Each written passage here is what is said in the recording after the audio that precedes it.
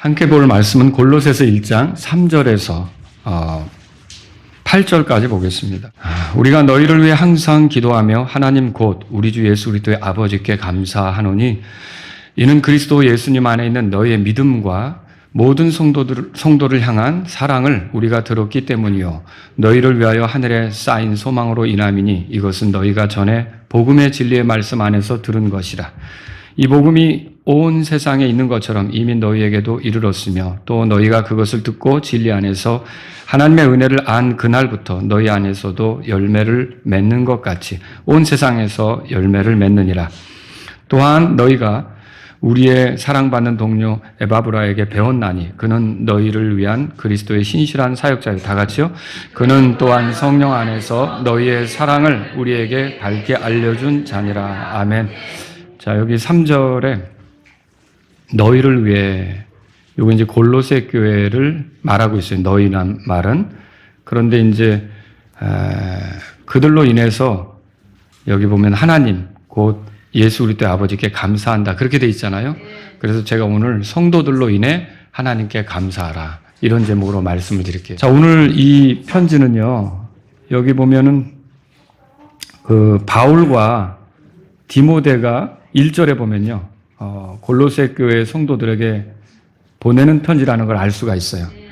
근데 이제 바울이 이 편지를 쓰면서 골로새 교회 성도들에게 하는 말이 뭐냐면 3절에 우리가 너희를 위해 항상 기도한다 이렇게 말하고 있어요. 근데 이제 그렇게 기도할 때마다 뭘 하는가 보니까 하나님 곧 우리 주 예수 그리스도의 아버지께 감사한다 그렇게 말하고 있어요. 여러분 그 9절에 보면 이런 까닭에 우리도 그것을 듣던 날부터 너희를 위해 기도하기를 뭐라고 돼 있어요? 네. 이 기도하기를 그치지 않았다. 또 항상 기도한다. 이 말은 골로새 교회 성도들을 위해서 반복적으로 하나님께 기도한다는 뜻이거든요. 근데 그렇게 기도할 때마다 바울이 하는 게 뭐였냐면 그 성도들을 생각하고 하나님께 감사했다는 거예요. 그러니까 하나님 아버지께 감사했다는 거예요.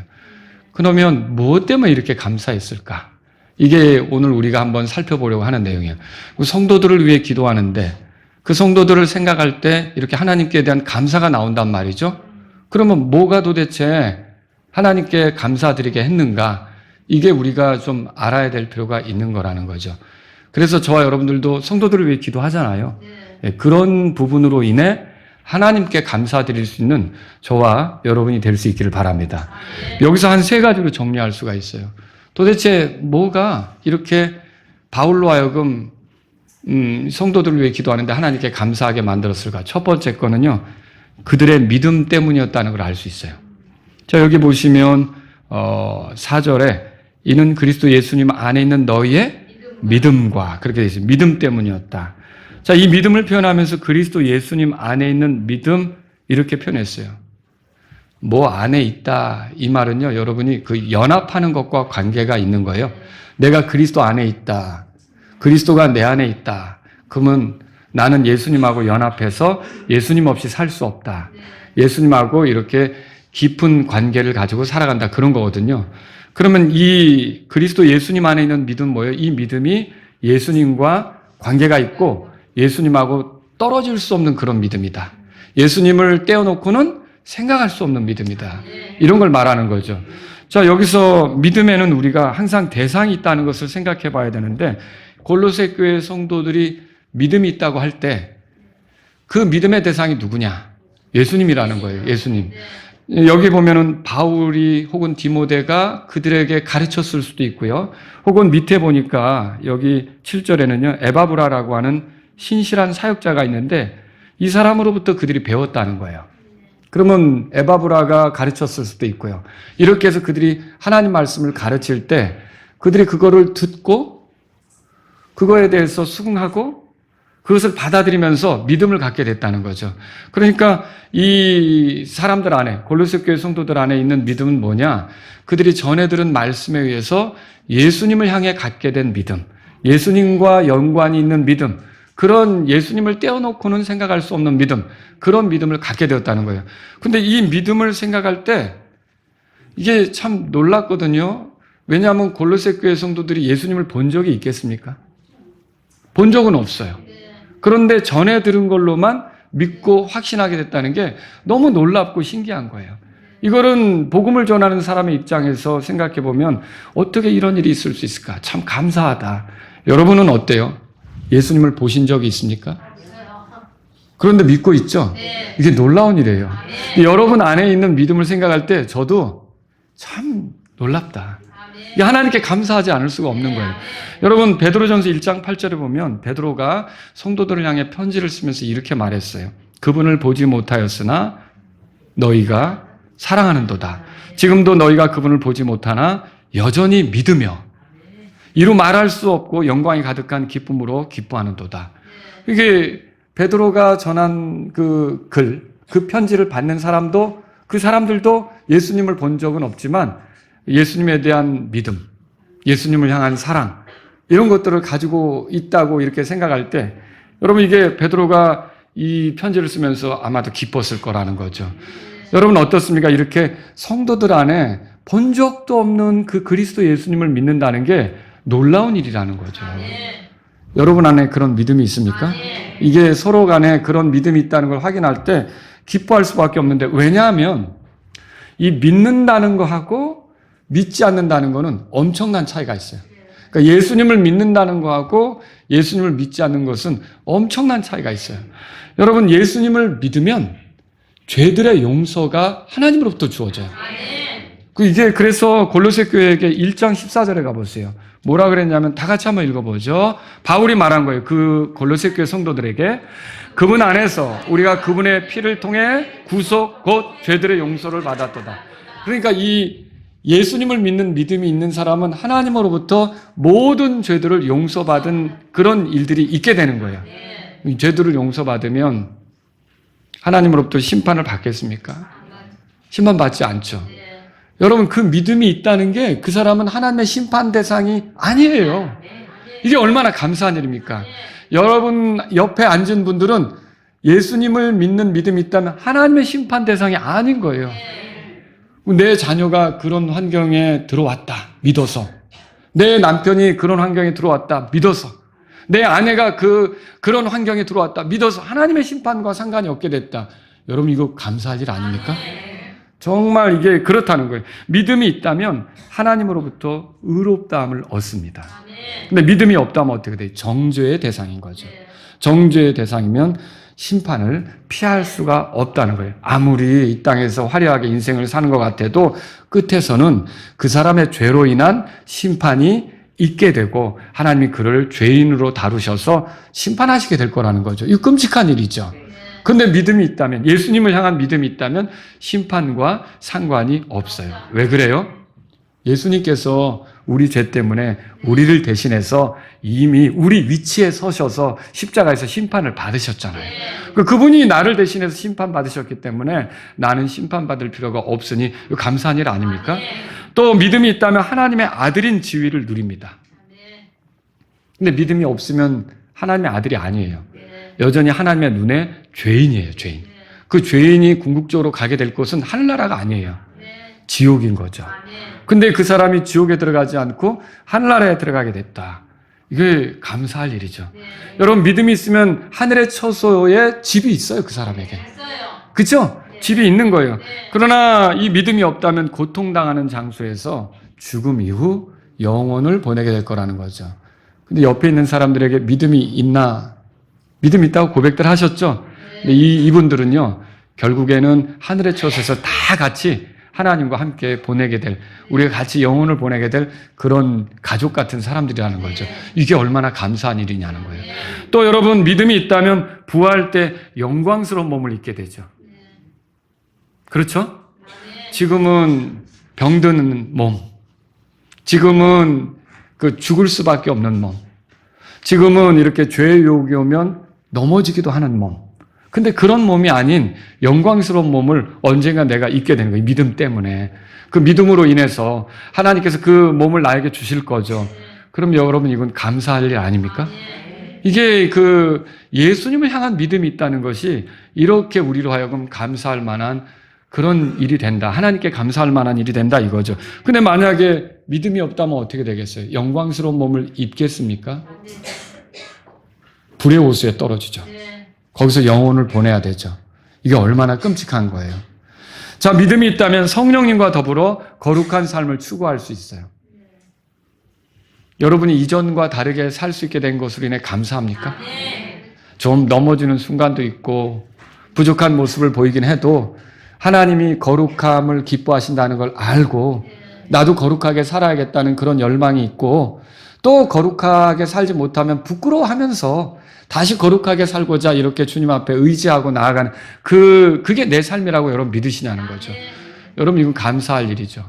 근데 만약에 믿지 않는다면 어떻게 되겠어요? 육신대로 살다가 결국은 하나님을 기쁘게 하지 못하고 죄에 익숙해져서 하나님의 진노의 대상으로 끝나게 된다는 거죠. 근데 우리가 이렇게 예수님을 향한 믿음으로 거룩함을 추구하며 살 수 있게 성령님이 우리 안에 들어오신 걸 생각하면 하나님께 감사하지 않을 수가 없는 거예요. 또 여러분 믿음이 있다면 세상을 이겨요. 아까 우리가 부른 노래처럼. 그러나 믿음이 없다면 어떻습니까? 여전히 세상의 영향을 받으면서 어리석게 인생을 허비할 수 있다는 거죠. 근데 여러분이 믿음이 있다면요, 세상이 득세하는 것 같아도 결국은 우리가 궁극적으로는 이기는 자라는 걸, 또 이기는 편에 서 있다는 걸 여러분 믿으시기 바랍니다. 자, 예수님 안에 있는 믿음은 그 믿음이 없는 것보다 나아요, 못해요? 훨씬 낫죠. 그러니까 그 믿음이 있다는 거, 예수님을 향한 믿음이 있다는 걸 생각할 때 하나님께 감사하지 않을 수가 없는 거예요. 그래서 여러분이 골로새에 있는 성도들을 생각하면서 그들에게 어떻게 이런 믿음이 있는가, 이 믿음을 생각할 때 바울이 하나님께 감사할 수밖에 없었잖아요. 그런 것처럼 저와 여러분들도 내 아내에게 믿음이 있다니, 내 남편에게 믿음이 있다니, 내 자녀들에게 예수님을 향한 믿음이 있다니, 여러분 그거 가만히 생각해 보세요. 이게 억지로 되는 일이 아니잖아요. 이게 놀라운 일이라는 거죠. 그것으로 인해 하나님께 감사하시기 바랍니다. 그리고요, 또 여러분 우리가 이렇게 성도들이 혼자 예배드리는 게 아니라 이렇게 하나님이 믿음을 허락하신 이 사람들하고 같이 경배 드릴 수 있다는 거, 이것으로 인해서 여러분이 옆에 있는 분들로 인해서 하나님께 감사드릴 수 있길 바랍니다. 이게 믿음을 갖기까지 이게 쉬운 게 아니거든요. 하나님께서 이 믿음을 갖도록 도와주시는 거예요. 그래서 어떻게 보면 물론 우리가 우리의 어떤 문제를 깨닫고 이대로는 안 되겠다라는 사실로 인해서 우리에게 주어진 하나님 말씀을 듣고 우리가 믿음을 표현해서 우리 삶에 누리는 게 많아지는 거죠.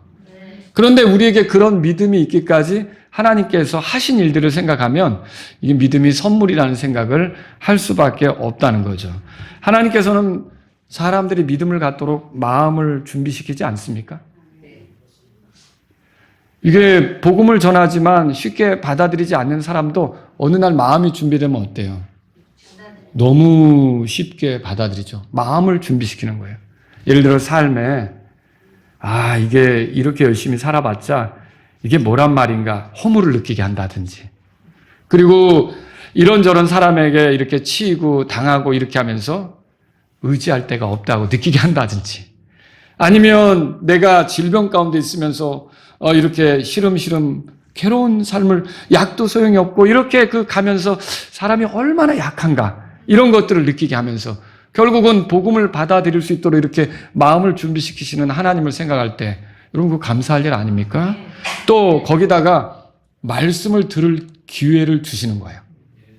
하나님께서 복음을 전해줄 수 있는 사람들을 우리에게 보내주시는 거잖아요.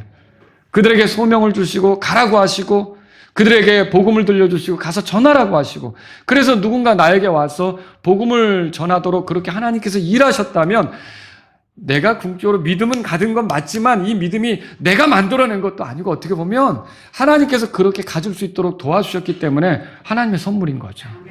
여러분 또 어때요? 내가 그 말씀을 듣는 순간에 그게 그 사람이 나를 향해 증언할 때 성령님께서 일하셔서 그게 이해가 되게 하고 깨닫도록 이렇게 한다면, 여러분 그래서 6절에 이 복음이 온 세상에 있는 것처럼 이미 너희에게도 이르렀으며 또 너희가 그것을 듣고 진리 안에서 하나님의 은혜를 뭐라고 돼 있어요? 하나님의 은혜를 그러니까 우리가 하나님의 은혜가 뭔지 알게 되다니, 이게 엄청난 일 아닙니까? 이렇게 되도록 하나님께서 성령님을 통해 나를 치시고 두드리시고 깨닫도록 이렇게 하신 걸 생각하면 여러분 이거는 감사하지 않을 수 없다는 거죠.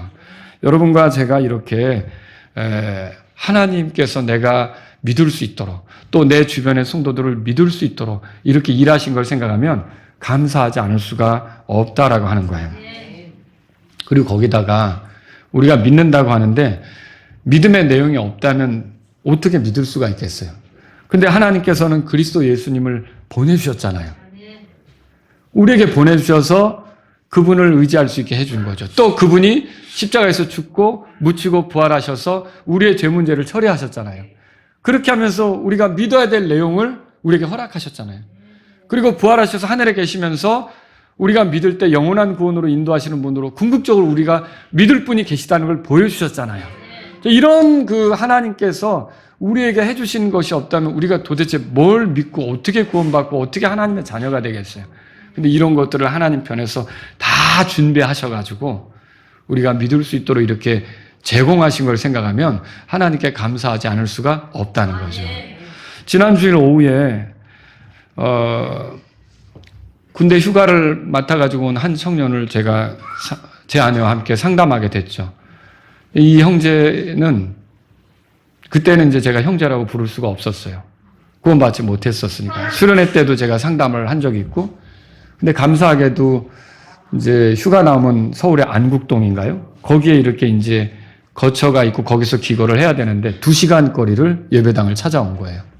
예배를 드리고 끝나고 나서 이렇게 상담을 했는데 그 어머님하고 가끔 이렇게 연락을 주고받는데 이 아들의 구원을 위해서 굉장히 아버지와 함께 기도하고 계시더라고요.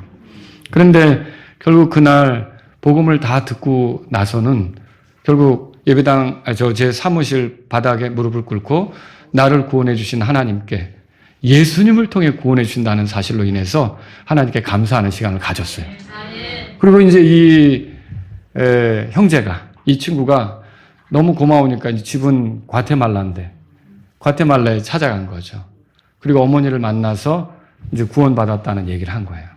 내가 구원받았다고. 그런데 어머니가 이제 저에게 카톡으로 소식을 주신 거예요. 제가 그 사실을 알고 있지만 그 어머니께 먼저 연락은 안 드렸어요. 왜냐면 아들이 말했으면 해가지고. 그런데 그 아들이 결국은 그 얘기를 하니까 어머니가 카톡에다 뭐라고 써놨냐면 아들이 구원받았다는 이야기를 듣자마자 눈물이 터졌다고. 그 덧붙이기를 그 눈물은 감사의 눈물이었다고. 왜 그렇게 눈물이 나왔을까요? 그 아들 안에 예수님을 향한 믿음이 있다는 것이 확인이 됐을 때 하나님께서 하신 일, 하나님께서 그를 건져주신 일, 하나님께서 그의 인생을 바꿔주신 일, 이런 걸 생각하니까 너무 감사한 거죠. 여러분 그렇다는 거예요. 우리가 이렇게 내 옆에 있는 지체가 부족해도 모자라도 믿음의 고백을 했다면 그 사람 안에 믿음이 있도록 허락하신 하나님을 생각하면서 그 형제나 그 자매를 생각할 때마다 하나님께 감사할 수 있기를 바랍니다. 여러분 그리고 믿음의 배우자도 마찬가지예요. 저도 어제도 감사한 하루였어요. 어떻게 생각해 보면 우리 교회 어떤 형제님은 제가 이렇게 신방을 갔을 때, 신방을 갔을 때 그 당시에는 교회도 안 다니고 안 믿었죠. 그런데 이제 아내하고 자녀들만 있으니까 제가 제 아내랑 신방을 간 거죠. 그러면 저녁 때 신방을 갈 거 아닙니까?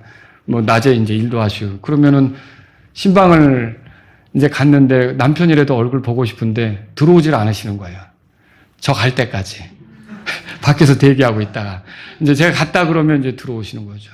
그런데 그런 분이 지금은 믿음이 있어서, 예수님을 향한 믿음이 있어서 정말 교회를 사랑하고 주님을 위해 헌신적으로 일한다고 할 때 여러분 이거 정말 감사한 일 아닙니까?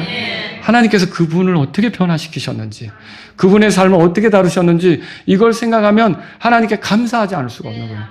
주님을 찬양합니다. 자, 바울은 왜 골로새 교회 성도들을 생각하면서 하나님께 감사했습니까? 첫 번째는 그들이 예수님을 향한 믿음이 있기 때문이었고요. 두 번째는 그들의 사랑 때문이었어요. 4절에 보세요. 이는 그리스도 예수님 안에 있는 너의 믿음과 모든 성도를 향한 뭐라고 되어 있어요? 사랑을 우리가 들었기 때문이요. 그렇게 되어 있죠. 바울은 골로새에 있는 성도들의 사랑에 대해서 들었어요. 자, 에바브라가 그들을 가르쳤다고 7절에 써 있죠? 근데 그 에바브라가 나중에 바울을 만나러 와서 바울에게, 로마 감옥에 있는 바울에게 와서 그런 얘기를 하는 거예요. 8절에 다 같이 읽어보겠습니다. 그는 또한 성령 안에서 너희의 사랑을 우리에게 밝히 알려준 자니라. 그러니까 골로새 교회 성도들의 사랑이 얼마나 풍성한지를 바울에게 알려준 거죠. 그러면 그 교회 성도들이 사랑이 풍성하다는 얘기를 들을 때 바울이 어땠을까요? 하나님께 감사하지 않을 수가 없었던 거라는 거죠. 여러분, 그런데 이 골로새 교회 성도들의 사랑은 어떤 사랑이냐 보니까 여기 4절에 보니까 성도들을 향한 사랑. 찾으셨어요? 네, 성도들을 향한 사랑이에요. 성도들을 향한 사랑. 이 성도들을 향한 사랑이 왜 이렇게 감사할 만한 일이 됩니까? 첫째, 이 성도들을 향한 사랑은요, 그들이 변화되었다는 확실한 증거이기 때문에 그래요. 왜 그러느냐? 구원받기 전 사람들이 성도들을 사랑할까요? 사랑하긴요. 의혹에 찬 눈으로 바라보고 적대감으로 바라보고 저기에 찬 눈으로 바라보고 여러분이 당장 믿지 않는 자녀들이나 믿지 않는 사람들에게 예수님 얘기하고 교회 가자고 그러고 성도들이 무슨 친교 모임인데 같이 가자고 그러면 좋아할 것 같아요? 전혀 좋아하지 않습니다. 못마땅하게 생각하지. 그런데 이 사람이 진짜 예수님 안에 들어왔고 변화되었다는 확실한 증거가 뭐냐? 그게 성도들을 사랑하게 되는 거예요. 여러분 그렇게 이해하시겠죠? 그래서 지금 이게 성도들을 향한 사랑이라고 하는 거는요, 이렇게 그들이 변화된 확실한 증거가 되기 때문에 그걸 볼 때 하나님께 감사하지 않을 수가 없다. 우리가 그렇게 보는 거죠. 또 이 성도를 향한 사랑은 뭘 보여줍니까? 이게 그들의 믿음이 건전하다는 증거예요. 바울이 갈라디아 교회에게 보내는 편지에서 이렇게 썼어요. 갈라디아서 5장 6절에 사랑으로 역사하는 믿음만 효력이 있다. 읽어보신 적이 있을 거예요. 그럼 제대로 된 믿음은 어떻게 표현된다는 거예요? 사랑으로 표현된다는 거죠. 참된 믿음은 사랑으로 표현되는 거예요. 참된 믿음은 하나님을 사랑합니다. 참된 믿음은 이뤄진 혼들을 사랑합니다. 그들이 구원받기를 원하죠. 참된 믿음은 성도들을 사랑합니다. 이렇게 참된 믿음, 효력 있는 믿음은 사랑으로 나타나는 거죠. 그런데 골로새 교회 성도들에게 성도들을 향한 사랑이 있다. 그럼 그들이 가진 믿음은 참되다는 겁니까? 네. 그렇죠. 그러니까 그걸 생각할 때 하나님께 감사하지 않을 수가 없는 거죠. 셋째, 이런 사랑은요, 주님의 교회를 강하게 하는 증거가 되기 때문에 하나님께 감사하지 않을 수가 없는 거예요. 교회는 성도들의 모임이죠. 성도들을 향한 사랑은 교회를 강하게 합니다. 그러니까 하나님께서는 성도들을 향한 사랑을 기뻐하실까요? 당연히 기뻐하죠. 여러분 히브리서 6장으로 가보세요. 히브리서 6장에 하나님께서 이 성도들을 섬기는 것을 얼마나 기뻐하는지 히브리서 6장에서 소개해주고 있어요. 9절에 보세요. 제가 읽습니다. 그러나 사랑하는 자들아, 우리가 이같이 말할지라도 우리는 너에게 속한 더 좋은 것들과 구원에 동반되는 것들이 있음을 확신하노라 그랬어요. 이 말씀에 따르면 그리스도인은 구원받은 것으로만 만족해서는 안 됩니다. 죄사함 받은 것으로만 만족해서는 안 됩니다. 그거 기쁜 일이죠. 기쁜 일이죠. 하나님께 찬송할 일이고요. 그런데 그러면 왜 만족하면 안 됩니까? 여기에 보니까 9절에 더 좋은 것들이 있대요. 그리고 구원에 동반되는 것들이 있대요. 이건 구원받지 못한 사람은 결코 누릴 수 없는 것들이에요. 이게 뭐예요? 이게 그리스도인들이 믿음으로 보여준 수고에 따라 주님께서 결국은 갚아주실 거, 보상에 해당하는 거, 그런 것들이 있다는 거예요. 그것도 놓치면 안 된다라는 뜻으로 말하는 거예요. 그럼 그런 게 어떤 걸까요? 9절 읽었으니 10절을 한번 같이 읽어보죠. 10절 읽겠습니다. 이는 하나님께서 불의하지 아니하셔서 너희의 행위와 그분의 이름을 향한 너희가 보여준 사랑의 수고, 곧 너희가 성도들을 섬겨왔으며 또 섬기고 있는 것을 잊지 아니하시기 때문이라. 여러분, 하나님께서는 우리가 성도들을 위한 수고, 성도들을 향한 수고, 이런 수고를 한 것에 대해서 잊지 않으신대요. 그래서 여기서 뭐라고 돼 있냐면 성도들을 섬겨온 거, 또 지금 섬기고 있는 거 있죠. 이런 것들을 잊지 않으신대요. 하나님 불의하지 않으십니다. 하나님 공정하십니다. 하나님 우리가 어떻게 한 것에 대해서 드러나게 갚아주실 수 있는 분이죠. 그런데 특별히 우리의 사랑의 수고에 대해서 갚아주시는데 성도들을 섬긴 거, 성도들을 섬겨왔던 거, 성도들을 섬기고 있는 거, 이런 것들에 대해서 잊지 않으신다는 거죠. 여러분, 이거 놀라운 일 아닙니까? 그러면 보세요. 이런 섬김으로 교회가 강화되는 거. 교회가 강화된다는 것은 결국 내가 거기서 건강하게 되는 거거든요. 그렇지 않겠습니까? 그러면 이런 걸 생각할 때 우리는 하나님께 감사하지 않을 수가 없는 거죠. 교회가 강화되고 또 그런 수고로 주님으로부터 보상을 누리게 되고 이런 걸 생각하면 하나님께 감사하지 않을 수가 없는 거죠. 그래서 여러분들이 서로를 위해서 수고하는 거 있잖아요. 저런 수고로 우리 교회가 강하게 된다고 생각하셔야 돼요. 물론 수고하는 분들에게 좀 부족한 게 드러날 수도 있어요. 어차피 완벽하지 않은 사람이거든요. 그래서 또 기도하겠죠? 하나님께 도와달라고 하겠죠? 때로는 여러분들에게 와서 도와달라고 도움을 요청할 수도 있어요. 그런데 어쨌든 그런 수고를 하는데 그런 수고로 우리가 더 영적인 유익을 누리도록 더 믿음이 진보해서 교회가 강화되도록 그런 일이 나타나는 거 아닙니까? 그러면 성도들의 수고 이것으로 인해 하나님께 감사할 수 있어야 돼요. 오늘도 밥 짓는 분들을 그분들로 인해 우리가 점심을 또 먹잖아요. 그렇잖아요. 그러니까 여러분들이 이 모든 여기서 피아노 연주하는 분들 또 또 악기 연주하는 분들 이런 걸로 더 이렇게 좀 이렇게 음악적으로도 풍요롭게 이렇게 주님을 찬양할 수 있잖아요. 여러분이 이런 그 복을 누리고 있다면 그런 성도들의 섬김으로 인해 하나님께 감사할 수 있기를 바랍니다. 세 번째는 뭐냐? 첫 번째는요. 오늘 거기 골로새 1장으로 가보시면요. 예수님 안에 있는 믿음이라 그랬죠. 두 번째는 성도들 향한 사랑. 그리고 세 번째가 뭐냐?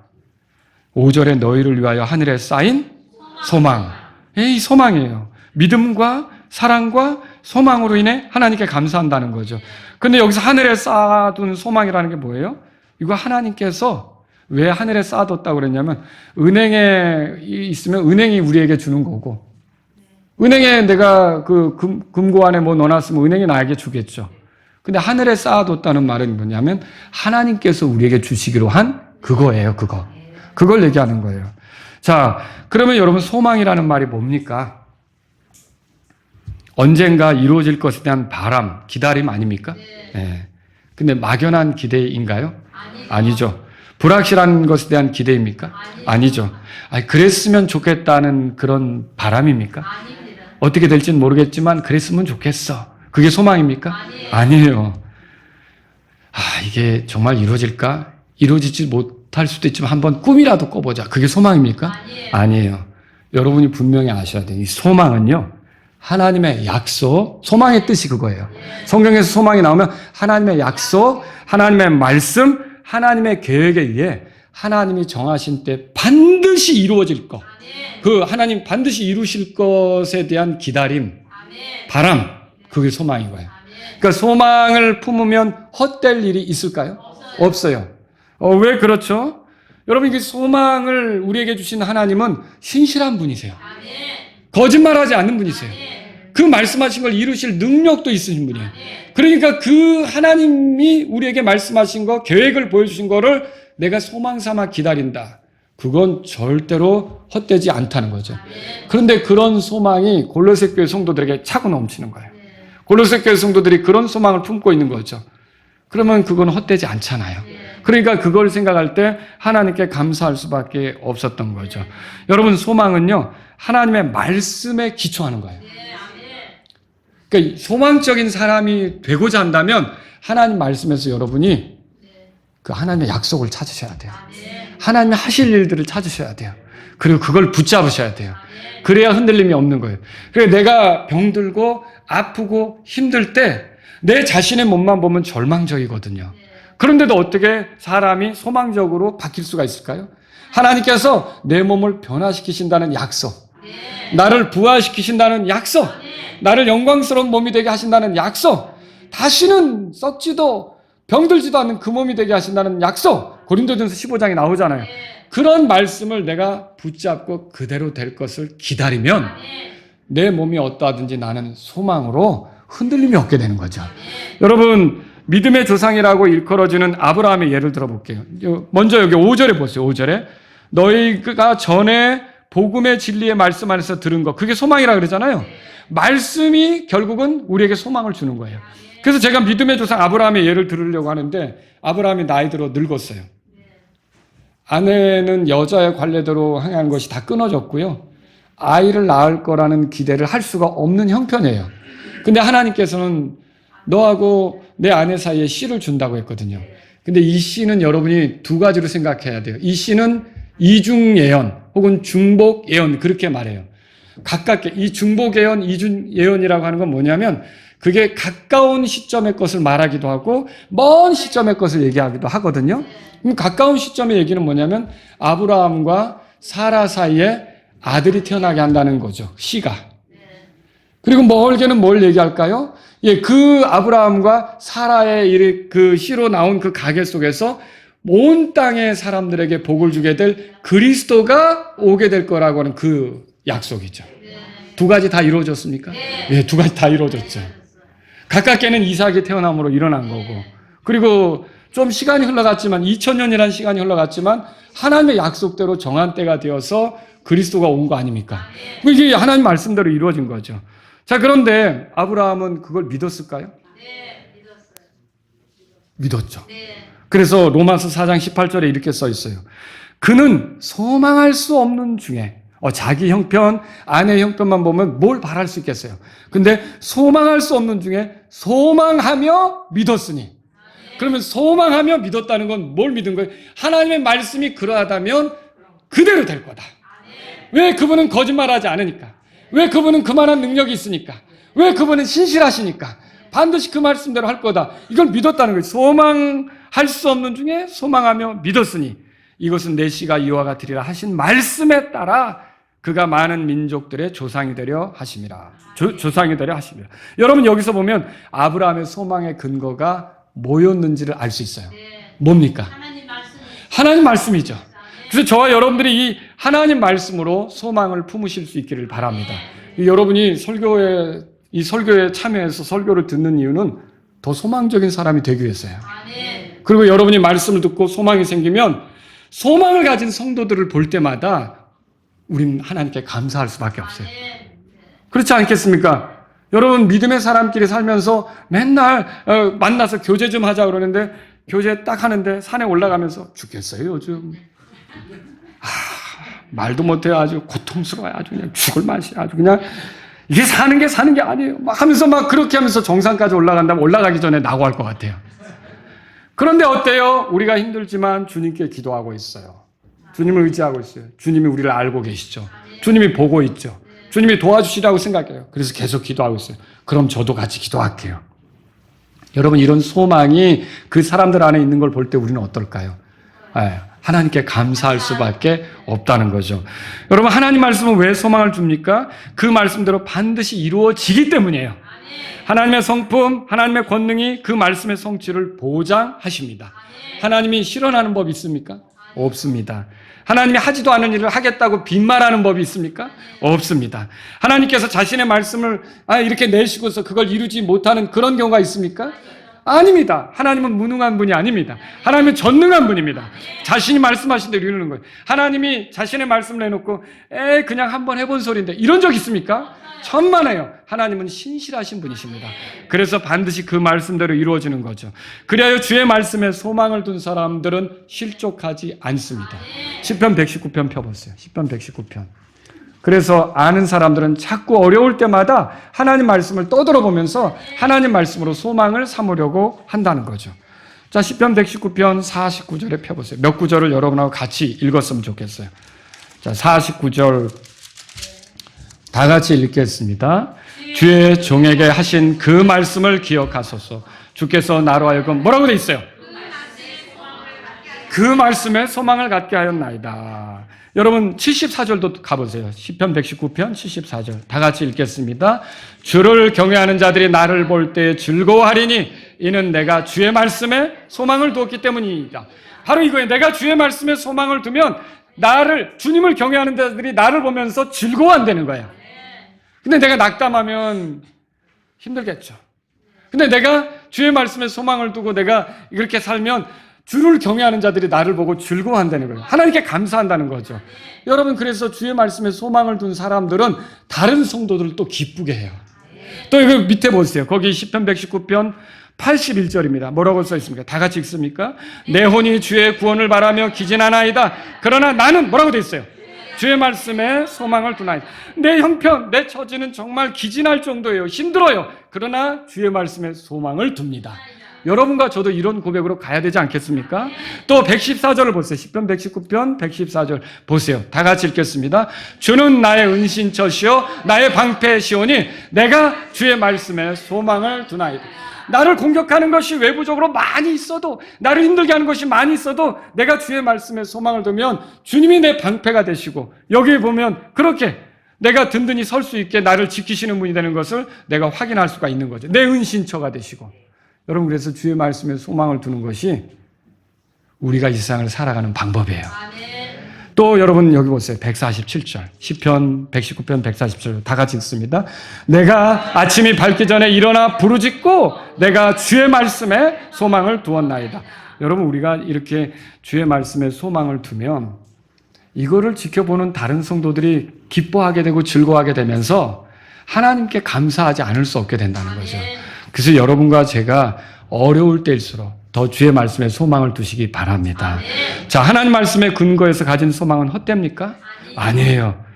그래서 그 소망이 성도들 안에 있다, 이렇게 그걸 지켜보는 사람은 하나님께 감사하지 않을 수가 없는 거죠. 특히 여기서 언급한 소망은요, 골로새 1장으로 가보세요. 골로새 1장. 오늘 본문에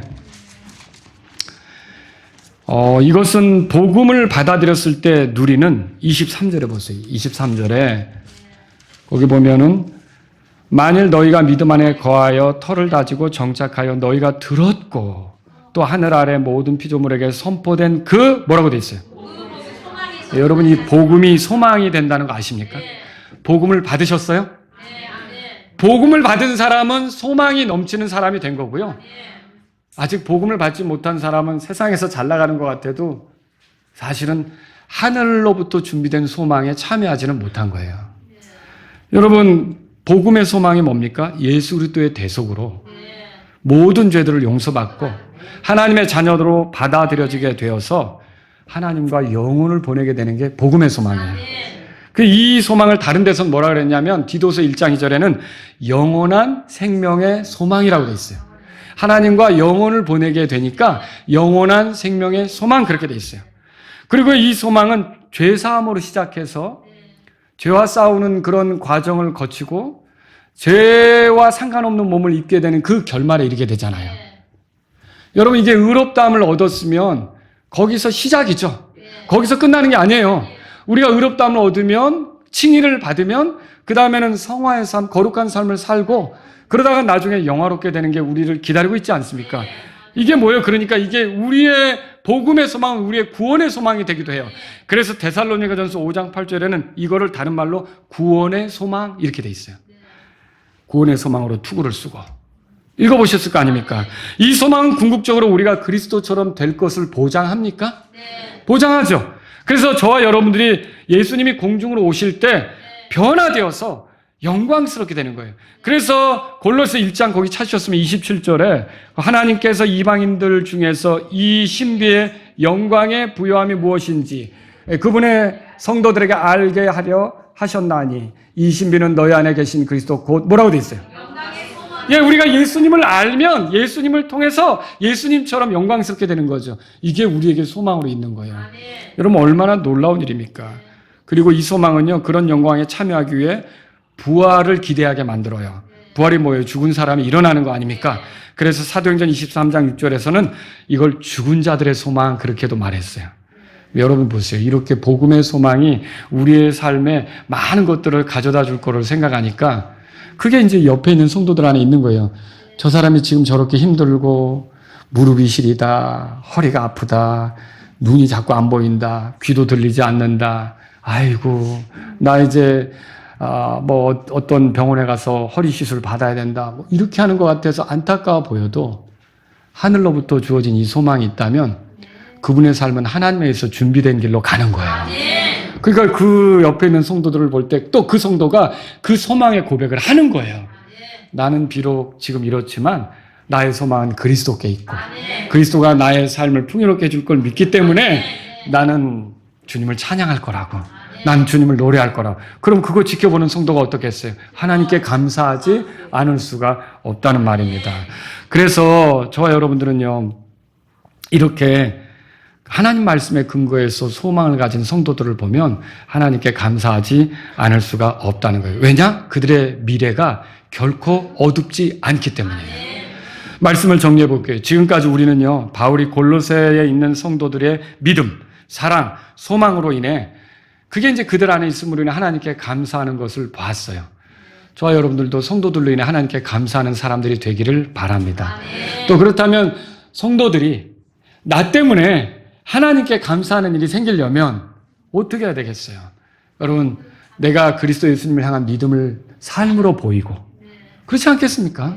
또 성도들을 향한 사랑을 보여주고, 그리고 또 내가 삶이 어렵지만 하나님 말씀에서 소망을 품은 거, 이걸 보여주면 성도들은 어떨까요? 나로 인해 하나님께 더 감사하는 생활을 하겠죠. 자, 이 말씀으로 인해서 그래서 여러분에게 세 가지 말씀드립니다. 첫째, 믿음을 가진 성도들로 인해 하나님께 감사하십시오. 그들의 믿음은 그들의 삶의 변화를 누리게 했습니다. 오해해서는 안 돼요. 믿음이 모든 것을 좌지우지하는 걸로 생각하시면 안 됩니다. 모든 걸 좌지우지하는 건 하나님의 권능이에요. 하나님께 달린 거예요. 믿음은 다만 그 밥그릇 같은 거죠. 주세요라고 하는. 그런데도 우리가 밥그릇이 있을 때 하나님은 거기서 믿음의 그릇 안에 채워주실 수 있는 거죠. 그러니까 믿음은 자랑할 수 있어요? 믿음은 자랑할 수 없어요. 진짜 믿음은 뭘 자랑하느냐면 하나님의 은혜의 영광을 자랑해요. 하나님의 은혜를, 하나님의 권능을 찬양하게 되는 거죠. 그래도 이 믿음이 어쨌든 변화된 삶을 누리게 한다는 거예요. 그리고 이 믿음이 내 옆에 지체들에게 있다. 이렇게 부족한데, 저렇게 또 말실수도 하는데, 저런 모습을 보이는데, 저렇게 지혜롭지 못한 모습을 보일 때도 있는데, 그래도요, 옆에 있는 지체에게 믿음이 있다면, 예수님을 향한 믿음이 있다면, 여러분은 그 부족한 것보다도 하나님께서 넣어주신 믿음, 하나님께서 그 안에서 이렇게 믿게 하신 그 믿음 있잖아요. 그걸 생각하면서 여러분이 그 지체로 인해 하나님께 감사할 수 있기를 바랍니다. 우리 그런 삶이 돼야 되는 거예요. 그래서 오늘 이 시간 옆에 있는 분들에게 한번 말해볼까요? 형제님의 믿음을 생각할 때 하나님께 감사드립니다. 아니면 자매님의 믿음을 생각할 때 하나님께 감사드립니다. 한번 말씀해 보세요. 서로. 정말 감사하지 않으세요? 나 혼자 믿는다. 그리고 내 옆에 아무도 안 믿는다. 그러면 좀 그렇죠. 그런데 나랑 똑같은 믿음을 가진 사람이 내 옆에 있다. 이거 감사한 일이죠. 그죠? 동일한 믿음을 갖고 이렇게 갈 수 있게 된 게 얼마나 기쁩니까? 두 번째로 성도들을 향한 사랑을 가진 성도들로 인해 하나님께 감사하십시오. 그 사랑으로 여러분이 여러 가지 유익을 누리고 있는 거예요. 오늘 경배 후 점심밥은 어떻게 먹습니까? 그 자매님들의 사랑의 수고가 있기 때문에 먹는 거예요. 또 여러분 주일학교에서 우리가 하나님 말씀을 어떻게 배울 수가 있습니까? 성도들을 향한 사랑의 그 섬김이 있기 때문에, 그 교사들의 섬김이 있기 때문에 여러분들이 하나님 말씀을 들을 수 있는 거죠. 또 우리가 어떻게 경배에 집중할 수 있습니까? 찬송 인도자나 연주자들, 반주자들이 또 헌금위원들이 안내하는 사람들이 다 같이 협력해서 서로 섬기고 있기 때문에 우리가 무질서하지 않고 이렇게 말씀을 들으면서 예배를 드리면서 영적 유익을 누리는 거 아닙니까?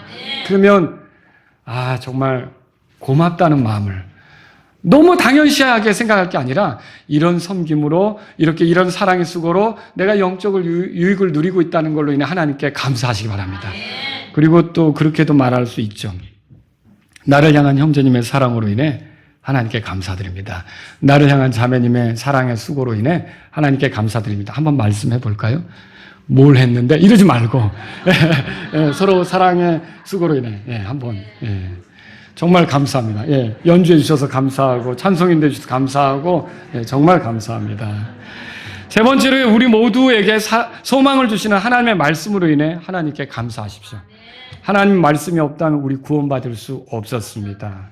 하나님 말씀이 없었다면 우리 하나님의 사랑을 깊이 깨달을 수도 없었습니다. 막연하게 뭔가 생각해 볼 수 있겠지만 십자가에 대해서 예수님의 죽으심과 묻힘과 부활에 대해서, 하나님의 아들이 성육하신 거에 대해서 선명하게 보여주는 말씀이 없었다면 어떻게 우리가 하나님이 우리를 이처럼 사랑한 것을 알 수 있었겠어요? 하나님이 세상을 이처럼 사랑하사 자신의 독생자를 주셨으니 이는 누구든지 그를 믿는 자마다 멸망하지 않고 영존하는 생명을 얻게 하려 하심이라. 어떻게 하나님의 사랑을 알 수 있었겠어요? 그래서 저와 여러분들에게 이런 하나님의 사랑을 깨닫도록 하나님의 말씀을 주신 거에 대해서 감사하셔야 돼요. 또 우리가 고난이 가득한 인생길을 살고 있어요. 우리 형제님이 오늘 아침에 대표 기도를 하면서 우리 성도님들이 다 힘든 시기를 지나가고 있는 것 때문에 마음이 아프셨던 것 같아요. 여러분, 여러 가지 문제의 그 모습은 다 다르지만 사실 제가 이렇게 마라나타 침례교회 성도님들을 들여다보면 분야는 다른데 그 가시 같은 거, 힘들게 하는 거, 어려움이 되는 거 이런 게 없는 사람이 없더라고요. 다 있어요. 난 없는데? 그런 사람은 참 특별한, 한번 좀 생각해 보실 필요가 있는 것 같아요.